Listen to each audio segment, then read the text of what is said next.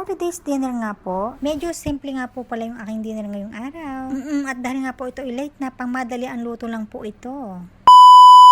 Napakadali lang po nitong i-prepare. So dito nga po, huwag natin patagalin. Dito nga po inumpisahan ko yung aking pagluluto, syempre. At sa mga punto nga po na ito, ay nagigisa na ako ng bawang at sibuyas. Napakabango po talaga ng bawang at sibuyas kapag ginigisa. At nung luto na nga po yung bawang at sibuyas, ay nilagay ko na nga rin po pala dito yung mga chicken na hinimay-himay ko ng maliliit. And then, nung brown na nga po yung chicken, ay naglagay na nga rin po pala ako dito ng fish ball. Iniwan ko lang din po yung sakit na. At tinimplahan ko na nga rin po pala ito ng konting white pepper at saka ng konting asin.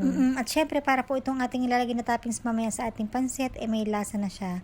Pinatay ko na nga rin po pala yung apoy dito at nilagay ko na nga rin po pala ito yung mga carrots. Pagkatapos po yan, ay hinango ko po muna ito at syempre para iset aside muna. And dito na rin po sa same na kawali, dito na rin po ako naglagay ng 3 cups ng water. Tinimplahan ko na nga rin po pala yun ng chicken powder at saka ng konting white pepper. Kumukulo na po yung ating sabaw, okay na po yan. Kaya naman po naglagay